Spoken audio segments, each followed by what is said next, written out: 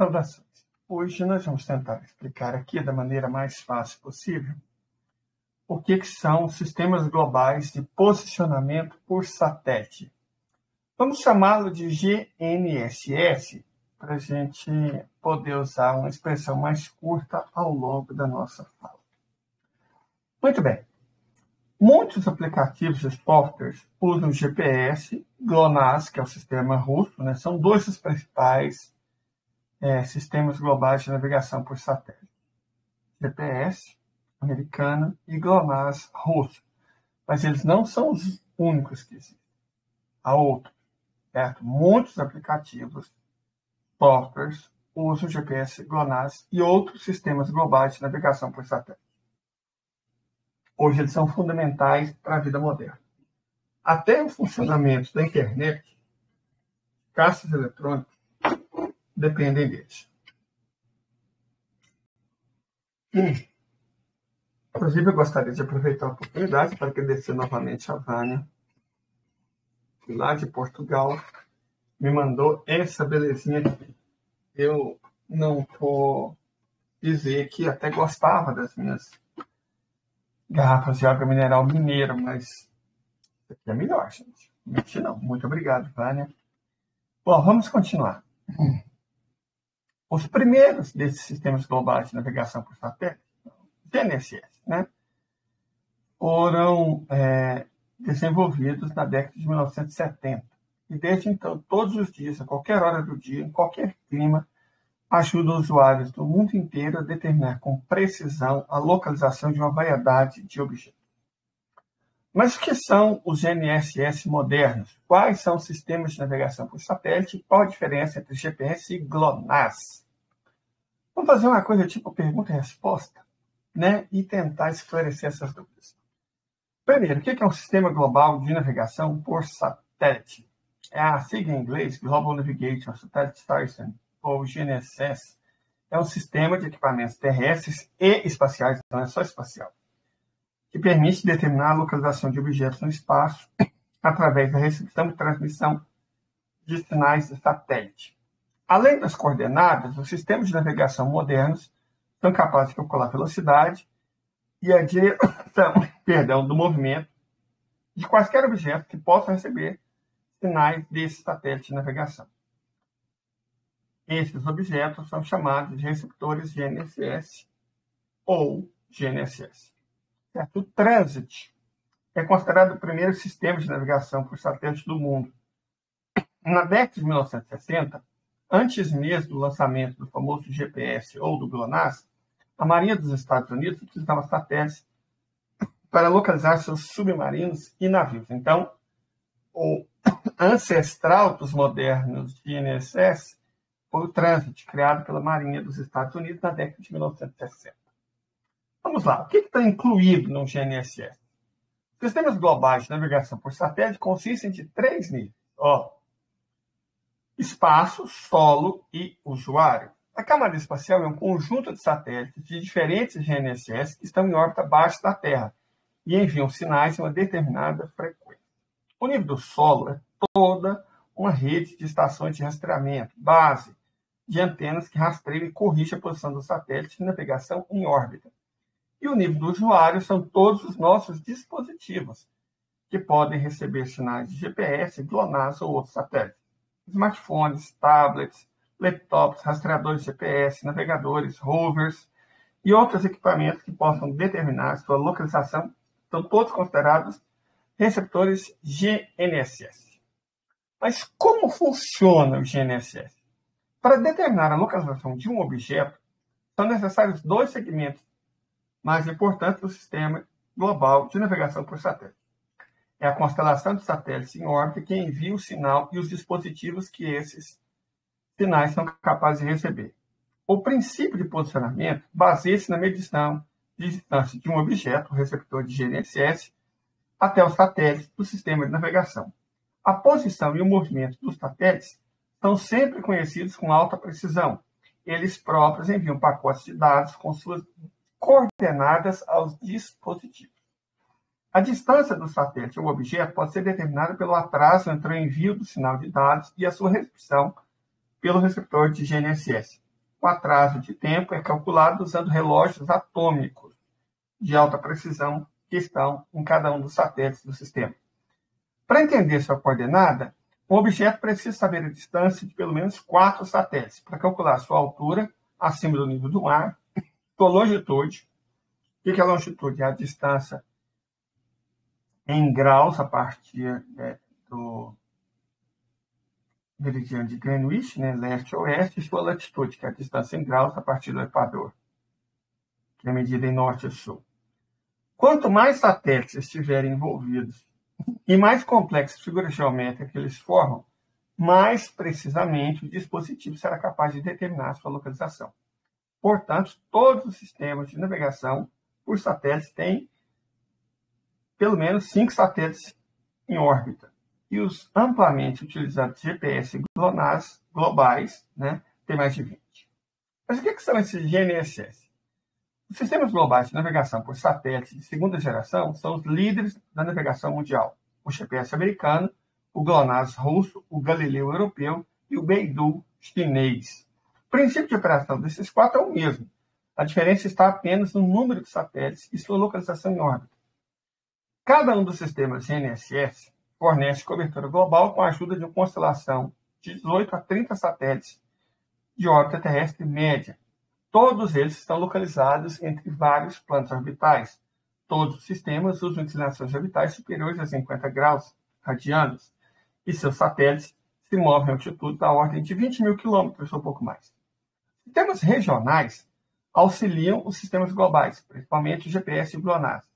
Países individuais também estão implantando seus próprios sistemas de navegação para determinar com precisão as coordenadas de objetos em seu território. Exemplo disso são o DORI, da França, escreve DORIS, o QZSS, do Japão, e o NAVIC, da Índia. Então, vamos a outra questão. Não apenas GPS ou GLONASS, o que sabemos sobre o Beidou, o Galileu, o QZNSS e o NAVIC. Bom, atualmente, GNSS, como GPS e GLONASS, são considerados totalmente operacionais no mundo inteiro. O trabalho de seus satélites é implementado no território de todo o planeta. Os demais sistemas de navegação operam apenas em sua região ou estão em processo de desenvolvimento de uma constelação global de satélites. Vamos comparar brevemente os sistemas Beidou chinês, Galileu europeu, QZSS japonês e NAVIC indiano. Vamos começar com o Beidou chinês. A primeira corrida aconteceu, o primeiro lançamento, no ano de 2000. A cobertura dele é global, sobretudo após o lançamento do sistema Beidou de terceira geração, em 2020. É composto por 48 satélites, 35 deles em operação. Todos têm órbita do tipo circular média geoestacionária, geossíncrona, inclinada, alta. Altitude em torno de 21.500 km. E o tempo da órbita completa em torno da Terra é de 12 horas, 53 minutos e 24 segundos. Então, o Beidou é plenamente operacional. Galileu da Europa, da União Europeia. O primeiro lançamento aconteceu em 2011. A cobertura dele também é global. Composto por 23 satélites, um deles está em fase de lançamento. A órbita é do tipo meio alta, 23.222 km. E o tempo de volta completo na Terra é de 14 horas, 4 minutos e 42 segundos. É o único GNSS sem controle militar. Então, o Galileu é o único GNSS totalmente civil. Todos os outros estão sob controle militar. O QZSS, do Japão. O primeiro voo aconteceu em 2010. E ele cobre a região do Pacífico, na Ásia, A Ásia-Pacífico. Composto por 5 satélites, todos em operação. As órbitas são mais altas, do tipo elíptica, geossíncrona e geoestacionária. A altitude dos 5 satélites é de 35.786 km. Perfeito? O NAVIC da Índia. O primeiro lançamento aconteceu em 2013. É composto por 8 satélites, 7 deles em operação, e usam órbita geossíncrona. É o que está localizada a maior altitude, 36.000 km. Perfeito? Sobre especificamente o DORIS francês, não temos muita informação. Mas ele ainda está em implantação, então não vai fazer muita diferença para a nossa análise. Não. Vamos falar sobre a Rússia. Qual o sistema de satélite usado na Rússia? O GLONASS é o sistema russo de navegação global por satélite. O sistema doméstico, para eles, é considerado um dos 2 existentes no mundo que são globais. Eu diria, o Beidou também pode ser considerado já totalmente global. E são aceitos em funcionamento em qualquer lugar do mundo. Portanto, mas o Beidou é recente e a China enfrenta uma ou outra restrição por parte do Ocidente. Dessa forma, a maioria dos dispositivos que podem determinar sua localização são equipados com chips de navegação GPS GLONASS e não apenas GPS. Acho que no futuro vai ser GPS GLONASS Beidou ou mesmo GPS GLONASS Beidou e Galileu. O Galileu é mais específico porque ele, repita, não é militar. Então, né, ele oferece umas oportunidades interessantes hoje.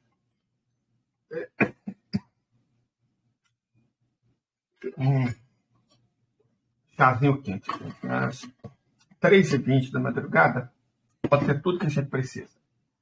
Vamos lá. O primeiro lançamento de espaçonave GLONASS foi concluído com sucesso em 1982, embora a pesquisa sobre o uso de satélites para navegação tenha começado em 1957, graças ao pioneirismo russo.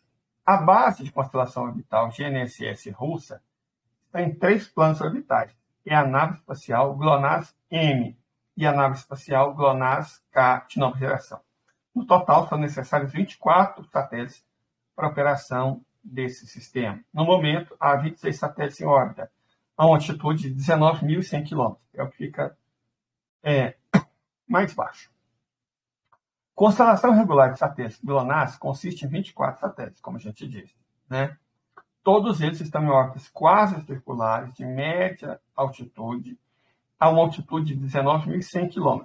O ângulo de inclinação dos eixos do eixo ao longo das órbitas é de 64,8 graus radianos e cada satélite faz uma revolução completa ao redor da Terra em 11 horas, 15 minutos e 44 segundos exatamente. Tais características são ideais para uso em altas latitudes, regiões polares norte e sul, certo? Onde o sistema do GPS americano é visivelmente mais fraco. Isso faz sentido para a Federação Russa. A Federação Russa é um país em alta latitude, próximo do Polo Norte, e ela tem interesse na Antártica, próximo do Polo Sul. Então, faz sentido o GPS ser bom em baixas latitudes, ou seja, próximo do Equador e dos trópicos, enquanto o GLONASS é muito melhor em altas latitudes, perto do círculo polar e dos polos. Então, os dois se complementam. Os dois se completam e se complementam. É por isso que muitos sistemas de recepção usam os dois. Perfeito? Mas quais são os satélites que estão nos equipamentos espaciais GLONASS? Quais satélites? O GLONASS comum foi usado até 2005, mas já está desativado.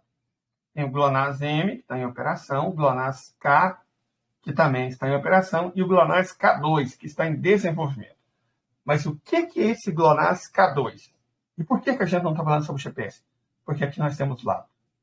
Certo? Bom, o que é o GLONASS-K2? O GLONASS-K2 é uma série de satélites do sistema de navegação global russo de terceira geração. Ele difere dos satélites GLONASS-M da série anterior, principalmente por um período mais longo de operação, 10 anos em vez de apenas 7. O equipamento dos novos satélites pode operar no espaço sideral, de modo que os desenvolvedores puderam abandonar o uso de contêineres lacrados e reduzir a massa de cada satélite.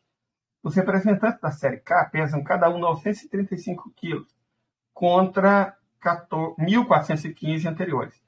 A gente já comentou sobre algumas tecnologias um tanto sensíveis da Federação Russa na área de satélite e de geração de energia, né?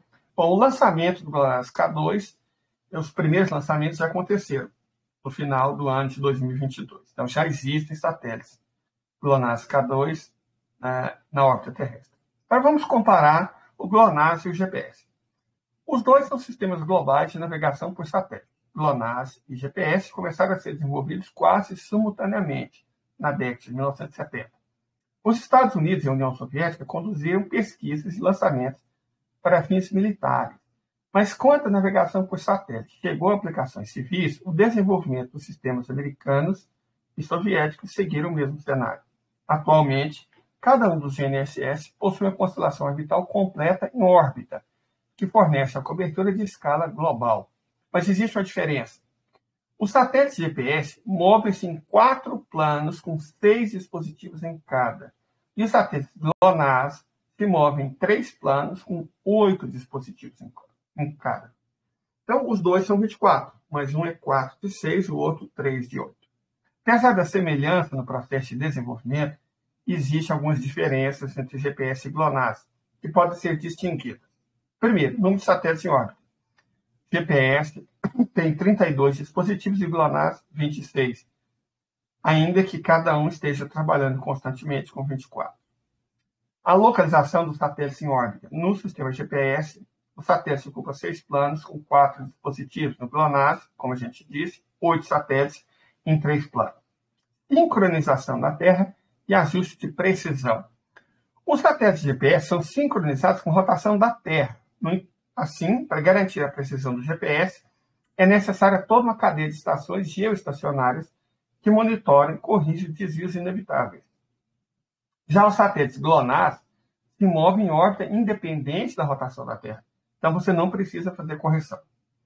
Erro de determinação de coordenadas. O erro do GLONASS é maior do que o do GPS. Para o sistema doméstico, esse valor varia entre 3 e 6 metros. Para o GNSS americano, GPS, de 2 a 4 metros. Mas se você usa os dois ao mesmo tempo, a margem de erro reduz para 1,5 m a 3 metros. Cobertura do GNSS global. Uma vantagem fundamental do GPS sobre o GLONASS é sua cobertura em 100% da Terra, enquanto o sinal de navegação GLONASS não está disponível em todas as partes do mundo. Então, você pode resolver isso, inclusive aumentar a precisão, sobretudo em médias e altas latitudes, usando um combinado de GNSS e GLONASS. Cobertura nas regiões do norte. Nas regiões do norte, a precisão do GLONASS é significativamente maior que a do GPS. Certo? Isso pode ser explicado, e também nas regiões do sul, pelo fator militar. A mecânica do GLONASS foi calculada principalmente para grupos militares que estavam no norte da União Soviética. O processamento conjunto dos dois, GPS e GLONASS, permite aumentar a precisão da localização em 2 vezes. Isso é levado em consideração pelos maiores fabricantes e equipam seus dispositivos com navegação do sistema duplo. Por exemplo, os iPhones funcionam sem falhas, porque usam os dois ao mesmo tempo, GPS e GLONASS. Mas como eles funcionam? Os sistemas GLONASS e GPS trabalham com base no mesmo princípio que outros sistemas globais de navegação por satélite. Se houver interesse, a gente pode falar detalhadamente sobre o trabalho deles, usando rastreador de GPS, esse negocinho amarelo, eu tenho, inclusive, como exemplo. Garmin. O GPS funciona na Rússia, mas qual a possibilidade de ser desligado? O GPS continua funcionando no mundo inteiro, incluindo o território russo. Mas as condições atuais são complexas, mais e mais usuários estão se perguntando se o GPS será desligado na Rússia e como isso afetaria os usuários. Resposta curta. Desabilitar o GPS seria possível, mas altamente improvável. Por quê? Primeiro, o GPS é principalmente o sistema global de navegação por satélites. Excluir um país dela sem afetar os outros seria um processo muito difícil, longo e fabulosamente caro, que exigiria alterar a trajetória de todos os satélites em órbita. Lembrando que são 24 satélites, então não vai rolar. O Ocidente está meio pobre. A Rússia não ficaria sem navegação por satélite, mesmo que o GPS fosse desativado e suas métricas não fossem atualizadas. Todos os dispositivos modernos com receptores GNSS são sincronizados com outros sistemas globais de satélites, GLONASS, Beidou e Galileu. Então não compensa para o GPS americano simplesmente desabilitar a Rússia e gastar uma quantidade fabulosa de dinheiro, considerando que ela tem opções. Então não faz sentido. Bom, GPS ou GLONASS, qual dispositivo escolher? Gente, até o momento, todos os fabricantes de equipamento e desenvolvedores de software equipam seus produtos com capacidade de trabalhar simultaneamente com os dois, tanto o GPS quanto o GLONASS, e além de outros GNSS, Galileu e Beidou. A navegação do sistema duplo, triplo, quádruplo permite nivelar as deficiências de cada um dos GNSS e os usuários obtêm resultados precisos de alta qualidade. Portanto, a escolha de GPS ao lado do GLONASS é óbvia, por conta da sinergia. O sistema de monitoramento GDEMOIC, mais russo, funciona com ambos, para conseguir maior precisão. Inclusive, eu vou passar para vocês um artigo russo que explica isso. Certo? Bem bonitinho. O sistema de monitoramento GDEMOIC, inclusive, tem uma linha proprietária de rastreadores e aplicativos móveis, como é prático no mundo, suporta ambos os sistemas de satélite. Certo? Então é isso, gente. Os dois sistemas são importantes, os dois sistemas são bastante utilizados e é improvável que a Federação Russa seja desconectada do GPS pelo alto preço que isso custaria e também por ser desnecessário. Okay? Eu espero que vocês tenham gostado do vídeo. Curtam, compartilhem, comentem, sigam a gente, isso tudo nos ajuda. E claro, se você quiser colaborar com o Pix, de qualquer valor, isso também ajuda, né? leidersilvasó@gmail.com. Sempre ajuda. Tenham um bom madrugada, são 3h30 da manhã, mas a hora que você estiver vendo, bom dia, boa tarde, boa noite. Estejam bem. Até a próxima.